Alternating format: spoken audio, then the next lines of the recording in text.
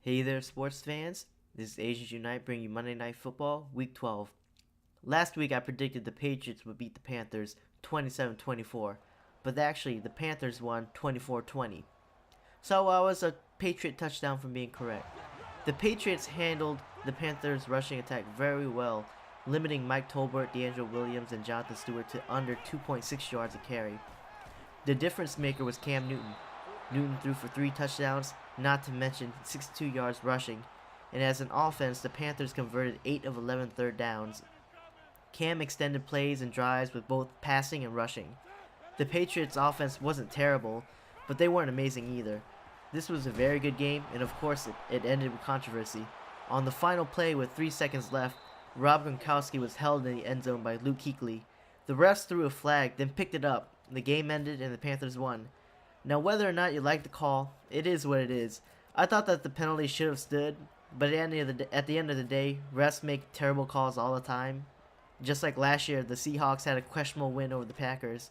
When you look at the stats, the Seahawks still ended with the win. The Panthers still ended up with a win. You just got to move past it. They just have to move on to the next game. This week, we have the 6-4 San Francisco 49ers visiting the 3-7 Washington Redskins. The 49ers are coming off a controversial game against the Saints, and the Redskins have been nosediving all year. The Niners are now in danger of missing the playoffs, with the simple fact that the top of the NFC is very strong, with the Niners, Cardinals, and the Bears all 6-4 vying for that last playoff spot. As of late, Colin Kaepernick has been very shaky. The Niners were able to beat teams relying heavily on their running game, but with Colin relying heavily on Anquan Boldin and Vernon Davis, their offense has been very vanilla and predictable, which explains their dead last ranking passing attack. I think a lot of his problem stems from the fact that he's missing guys like Michael Crabtree, and you have to keep in perspective that last year was pretty much his rookie year, and there's a lot of room for improvement. For the Redskins, it's been a letdown all year. RG3 isn't the QB we remember. Everyone was spoiled with the fact that Adrian Peterson came back from the ACL tear and had a monster year. So pretty much everyone expected that RG3 would just come back and then do the same.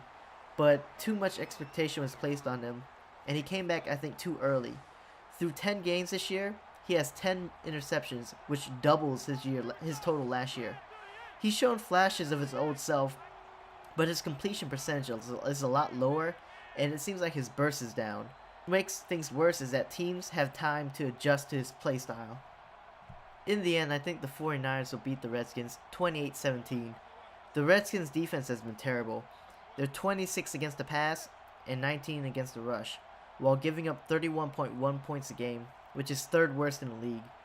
The Niners will be in playoff mode, so I think they're going to be fuming from their last game, and they have everything to lose if they don't win this game. I think the 49ers will help Colin Kaepernick get the ball downfield and be more efficient against this Redskins D. I hope you enjoyed my prediction analysis, and as always, stay classy.